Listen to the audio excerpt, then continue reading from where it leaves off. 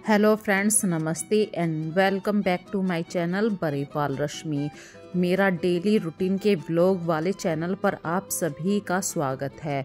तो फ्रेंड्स, आज मैं आप लोगों के लिए कुछ अलग हटके वीडियो लेकर आई हूँ।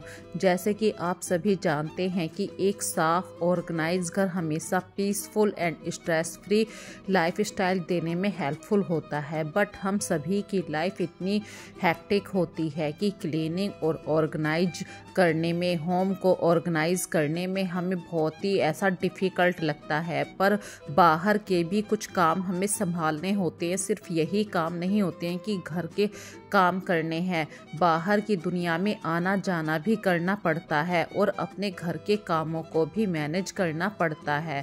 सो फ्रेंड्स, आज मैं लेकर आई हूँ कुछ टाइम सेविंग वाले हैक, कुछ अपने कुकिंग से जुड़ी हुई बातें, अपने घर को विंटर्स में आप कैसे इतना नीट एंड क्लीन रख सकते हैं। तो बिना देरी के आज की वीडियो को स्टार्ट करते हैं, जिसमें सबसे ज़्यादा मेन रूल है आपके घर का बेडरूम और कर्टेन्स। यदि आप अपने घर में कर्टेन्स को सही से ऑर्गेनाइज करके रखते हैं, चीज़ों को उनके प्रॉपर प्लेस पे रखते हैं, कर्टेन्स का एक मेन रोल होता है कि भाई वो बाहर की डस्ट को अंदर नहीं आने देते। पर कर्टेन्स का दूसरा काम भी होता है, बाहर की सनलाइट को थोड़ी सी देर के लिए आप अंदर लेने की कोशिश कीजिए। इससे क्या होगा, आपके घर के अंदर का टेम्परेचर थोड़ा सा वार्म हो जाएगा। विंटर्स में वैसे भी धूप कम निकलती है, तो जब भी आपके एरिया में, जब भी आपको ऐसा लगे कि आज मौसम काफ़ी साफ़ है, विंटर्स में आपको 1-2 घंटे के लिए कर्टेन्स को ओपन कर देने चाहिए। इससे क्या होता है फ्रेंड्स, बाहर की सनलाइट जो होती है सर्दियों में वो अंदर आती है। और जब आपके घर का टोटल काम हो जाए, मॉपिंग हो जाए, आपको लगे अब मतलब धूप की ज़रूरत नहीं है मुझे, तो आप उन कर्टेन्स को प्लस फिर से वापस लगा दीजिए। इससे आप काफ़ी हद तक अपने घर को सही से ऑर्गेनाइज भी रख पाएंगे, साफ़ एयर भी आपके घर में रहेगी और कर्टेन से ही आप अपने घर को एक सुंदर कूजी लुक दे सकते हैं।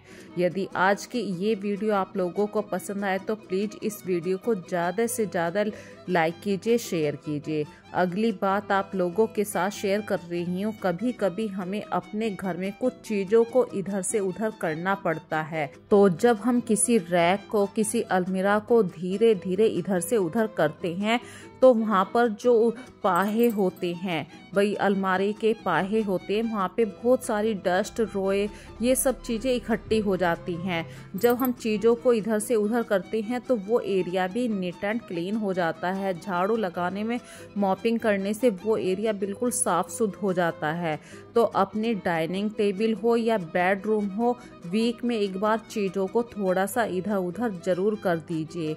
इसी तरीके से आज देखिए बहुत अच्छी धूप निकली है, तो जो भी फुट मैट है, कालीन है, रग्स है, प्रेयर वाला मतलब पूजा करने वाला जो पायदान होता है, वो सब मैंने अपने बाहर वाली बालकनी में डाल दिया है। 2-3 घंटे की धूप लगाने के बाद मैं इन्हें वापस अरेंज कर रही हूँ। जैसे कि बेड के पास रनर को बिछाना, पूजा वाली जगह पे पूजा वाले कपड़े को बिछाना, क्योंकि कहते हैं चीज़ों को धूप में रखने से चीज़ों के अंदर से नकारात्मक ऊर्जा जो होती है वो भी ख़त्म हो जाती है। और जो हमारे फुट मैट होते हैं, इन्हें तो वैसे भी आपको नीट एंड क्लीन रखना ही चाहिए। इसी तरीके से अगली वाली बात आप लोगों के साथ शेयर कर रही हूँ फ्रेंड्स। देखिए, अगर आपके आसपास का मतलब जैसा भी वेदर है और धूप निकली है, हमारे यहाँ पे काफ़ी अच्छी धूप निकली है, आज 3-4 दिन बाद धूप निकली है, तो सोचा इस धूप का क्यों ना फ़ायदा उठाया जाए। तो आज मैं फ्रेंड्स अपने ब्लैंकेट के कवर को वॉश कर रही हूँ। इसके लिए आपको देखिए थोड़ा सा प्लानिंग से काम करना पड़ेगा। सुबह सबसे पहला काम जो होगा, आपको मशीन में अपने कपड़ों को लगा देना है। इससे मतलब आप और भी काम करते रहेंगे और मशीन के अंदर जो आप लोड लगाएंगे वो भी वॉश होता रहेगा। और धूप में थोड़ी सी देर इन कपड़ों को डाल देंगे तो बैक्टीरिया भी इन कपड़ों से चले जाएंगे और आपका बिस्तर बिल्कुल नीट एंड क्लीन हो जाएगा। रात में जब आप इस बिस्तर पे सोएंगे तो आपको एक कंफर्ट कंफर्टेबल नींद भी आएगी। तो सर्दी हो, गर्मी हो या बरसात हो, सबसे ज़्यादा ध्यान आपको अपने बिस्तर का, रसोई में सिंक एरिया का, इन चीज़ों को साफ रखना बहुत ज़रूरी है, क्योंकि नेगेटिव एनर्जी भी यहीं से ही आती है। मतलब पूरे घर में जो एक गंदगी फैलती है वो भी सबसे ज़्यादा यहीं से ही आती है। जैसे कि फुट मैट पे आपने पैरों को साफ़ किया तो वहाँ पे बहुत छोटी छोटी सी डस्ट आ जाती है। इसी तरीके से जब भी आप रोज़ क्लीनिंग करें तो अपने बेड के हेड सेक्शन पे कपड़ा ज़रूर लगाएं। और रात के वक्त में हम काफ़ी कुछ अपने बेड के हेड सेक्शन पे रख देते हैं, उन चीज़ों को वहाँ से उठाइए, तुरंत ही किसी ऐसे खाली डिब्बे के अंदर, ऑर्गेनाइज़र के अंदर उन चीज़ों को प्लेस कर दीजिए। और जब आप ऐसी छोटी छोटी सी हैबिट से को फॉलो करना सीख जाएंगे, ना तो ज़्यादा आपका टाइम लगेगा, ना ज़्यादा आपके घर में ऐसा है कि आपको और कि भाई बहुत सारे एफर्ट्स लगाकर ही क्लीनिंग होती है, ऐसा कुछ भी नहीं है। मेरे घर में ना वैक्यूम क्लीनर है ना मेड है, मैं अपने घर की टोटल सफाई खुद ही करती हूँ। इससे मुझे पता भी रहता है कि क्या काम कितने बजे करना है, कितना काम बचा है, और बच्चों के आने से पहले पहले मैं अपने घर की टोटल क्लीनिंग कर लेती हूँ। ऐसे छोटे छोटी सी क्लीनिंग वाली हैबिट्स को जब आप डेली रूटीन में अपना लेती हैं तो ये आपकी लाइफ का एक हिस्सा बन जाती हैं। आपको बिल्कुल भी इन चीज़ों का बर्डन नहीं लगता है और आपका घर हमेशा ऑर्गेनाइज ही आपको मिलेगा। वैसे भी आजकल बच्चों की स्कूल विंटर वैकेशन जो थी वो ख़त्म हो गई हैं और बच्चों के स्कूल वापस खुल गए हैं। तो बच्चे कम से कम 3 बजे से पहले नहीं आएंगे, तो 3 बजे तक आपका घर बिल्कुल ऐसे रहेगा, साफ, नीट एंड क्लीन रहेगा। तो आज की ये छोटी सी बात है कि बेड को हमेशा नीट एंड क्लीन रखना, जो फुट मैट है उन्हें वह मतलब सूरज की धूप जरूर दिखाना, कर्टेंस को ओपन करना, ऐसी ही छोटी छोटी बातें मैं आप लोगों के साथ शेयर कर रही हूँ। इसी तरीके से वाइट कलर के जो कपड़े होते हैं, आप ये मत सोचिए कि कौन धोएगा। वाइट कलर के कपड़े जितना आप पहनेंगे उतना आपको फील होगा कि सफाई क्या चीज़ होती है। इसी तरीके से जब आप झाड़ू पोछा कर लेते हैं उसके बाद अपने घर के सामान को सही से ऑर्गेनाइज भी करना पड़ता है। जैसे कि झाड़ू पोछा करने से पहले मैं इन कुर्सियों को यहाँ पे रेलिंग के ऊपर डाल देती हूँ। मैंने अभी आपको बताया था फुट मैट को भी मैंने आज सूरज की धूप के अंदर डाल दिया था, मतलब बाहर रेलिंग पे। तो चीज़ों को जब आप बाहर रख देते हैं या इधर उधर रख देते हैं तो उनको वापस रखना भी पड़ता है। इससे आप अपना घर के कामों को काफ़ी हद तक बिल्कुल नीट एंड क्लीन रख सकते हैं। अगला हैक आप लोगों के साथ शेयर कर रही हूँ आपके बॉडी के अकॉर्डिंग। भाई एक एज होती है, जब आप अपनी एज के अकॉर्डिंग कुछ अपने बदलाव लाते हैं अपने सुबह के मॉर्निंग के रूटीन में। तो फ्रेंड्स, मैं पहले चाय पिया करती थी, अब मैंने अपनी ये हैबिट छोड़ दी है और मैं हल्का सा ल्यूकवार्म वाटर के अंदर लेमन की कुछ बूंदें डालकर पीती हूँ।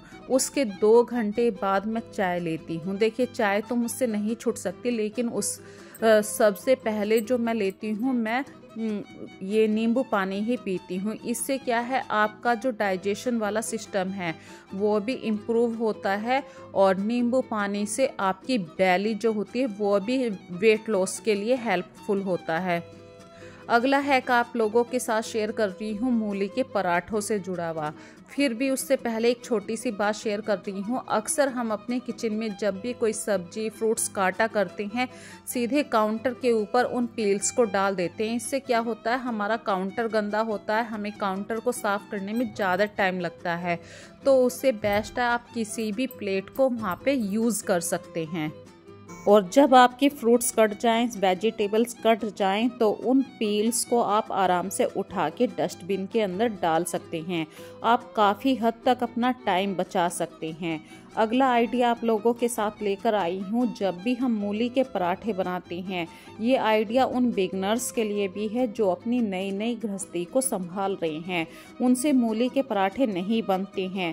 तो मूली के पराठों का कारण क्या है, क्यों फट जाते हैं? एक तो मूली के अंदर इतना कितना सारा मात्रा में पानी होता है। तो फ्रेंड्स, जब भी आप मूली को ग्रेटेड करें, कद्दूकस करें, तो इसको अच्छी तरीके से निचोड़ना होता है। दूसरी बात, जब आप पराठे बनाएं, इसके अंदर नमक आपको तुरंत नहीं डालना है। जब आप पराठे की भरावन को भरेंगे तब आप नमक को डालिए, क्योंकि नमक और मूली तुरंत ही एकदम पानी छोड़ना शुरू कर देते हैं और हमारे पराठे फट जाते हैं। जैसे कि आज मैं जब ये पराठों के लिए मूली को कस रही हूँ, भाई सर्दियों में यहाँ पे एक और छोटी सी बात आप लोगों के साथ शेयर कर रही हूँ। हमारे हाथ काफ़ी ठंडे होते हैं, क्योंकि बार बार ठंडे पानी में हाथ धोने पड़ते हैं, काम करते हैं। तो उसकी वजह से जब हम मूली को निचोड़ते हैं तो पूरी मात्रा में जो पानी होता है मूली के अंदर वो हम नहीं निचोड़ पाते हैं।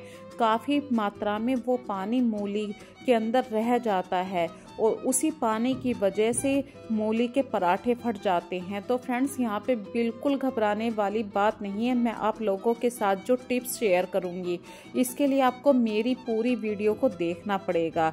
तो आप उस मूली को, जिस मूली को आपने अभी निचोड़ा है, किसी साफ कपड़े के अंदर सारी मूलियों को डाल लेना है। आप इसके लिए कोई भी मलमल का कपड़ा, कोई भी किचन का टॉवल भी यूज़ कर सकते हैं। वैसे मैं कहूँ तो आप टॉवल को यूज़ करिए, क्योंकि टॉवल का जो फैब्रिक होता है वो थोड़ा सा मोटा होता है, किचन वाले जो टॉवल होते हैं। तो मैं कुछ साफ टॉवल हमेशा किचन के लिए रखा करती हूँ और इस टॉवल के अंदर ही अच्छी तरीके से हमें ये मूली को कितनी बार घुमाना पड़ेगा, अच्छी तरीके से आपको रब करना है मूली को। तो जितना भी फालतू पानी है ये टॉवल का कपड़ा पी लेगा और पूरी की पूरी जो मूली है वो अच्छी तरीके से ड्राई हो जाएगी। इस तरीके से हाथों से आपको अच्छी तरीके से बार बार निचोड़ना है। अब जो भी फालतू पानी था, देखिए ये टॉवल बिल्कुल गीला दिखाई दे रहा है और हमारे पास बिल्कुल निचड़ी हुई मूली है। अब जब हम मूली के पराठे बनाएंगे तो इसके लिए जो आपको आटा लगाना पड़ता है, उस आटे के अंदर आप अच्छी तरीके से नमक डाल सकते हैं, थोड़ा सा फालतू भी डाल सकते हैं, क्योंकि हम मूली के अंदर बहुत ही कम मात्रा में नमक डालेंगे और जो भी नमक का फ्लेवर चाहिए वो हमने आटे के अंदर अच्छी तरीके से ले लिया। दूसरी बात, आटे के जब भी आप मूली के पराठों के लिए आटा बनाएं, उस आटे के अंदर आपको काफ़ी अच्छे तरीके से मुक्कियाँ लगानी होती हैं, क्योंकि जब तक आटा अच्छे से नहीं लगेगा मूली के पराठे नहीं बना सकते हैं। तो बेसिक सा टिप्स है, आटा भी बहुत अच्छी तरीके से आपको लगाना है। ताजे आटे के अंदर ही आपको ये मूली के पराठे बनाने होते हैं। बिल्कुल मुलायम डो आपको तैयार कर लेना है। फिर है जो आपको मसाले, बेसिक से मसाले आपको मूली के पराठे में डालने हैं।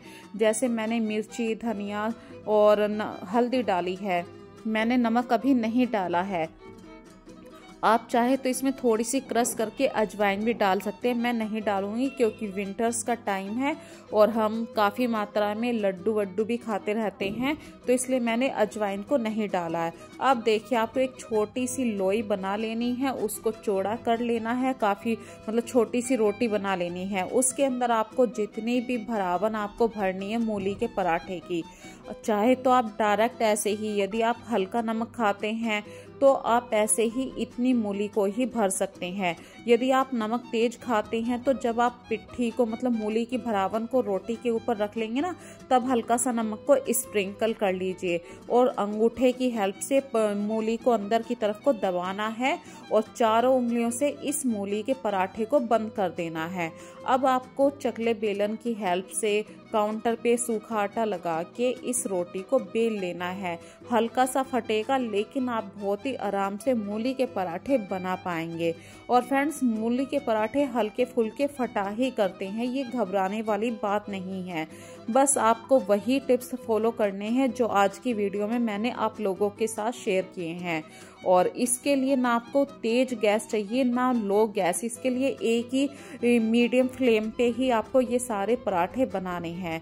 और जब पराठे बन जाएं, आप चाहे देसी घी रखिए या मखनी घी रखिए, चाय के साथ एंजॉय कीजिए इन पराठों को, क्योंकि मूली के पराठों को के साथ दही अच्छी नहीं लगती है, फिर तासीर की भी मात्रा होती है।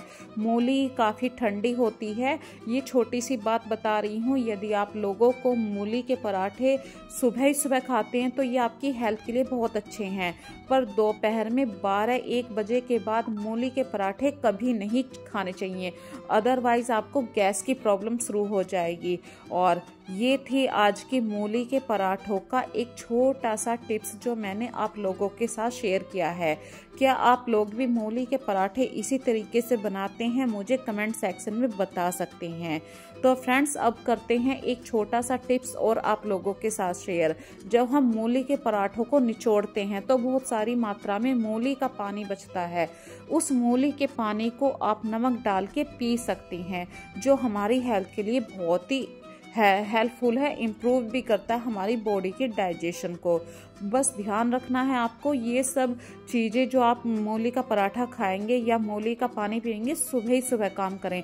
12 बजे के बाद मूली के पराठे को नहीं खाते हैं, मूली की तासीर बहुत ठंडी होती है। और अब करते हैं आज की वीडियो का लास्ट। तो फ्रेंड्स, यदि आज की वीडियो में आपको कोई भी बात अच्छी लगे तो प्लीज़ इस वीडियो को ज़्यादा से ज़्यादा लाइक कीजिए, शेयर कीजिए। फिर मिलेंगे एक नई वीडियो में नए मोटिवेशन के साथ। यदि आज की वीडियो आपको पसंद आती है तो प्लीज़ मुझे कमेंट में ज़रूर लिख दिया कीजिए, क्योंकि आप लोग जब कमेंट करते हैं ना तो मुझे एक नया मोटिवेशन भी मिलता है। मैं कोशिश करती हूँ फिर से नई वीडियो डालने के लिए। तो फ्रेंड्स, बाय बाय, अपना ध्यान रखिए। So take care friends.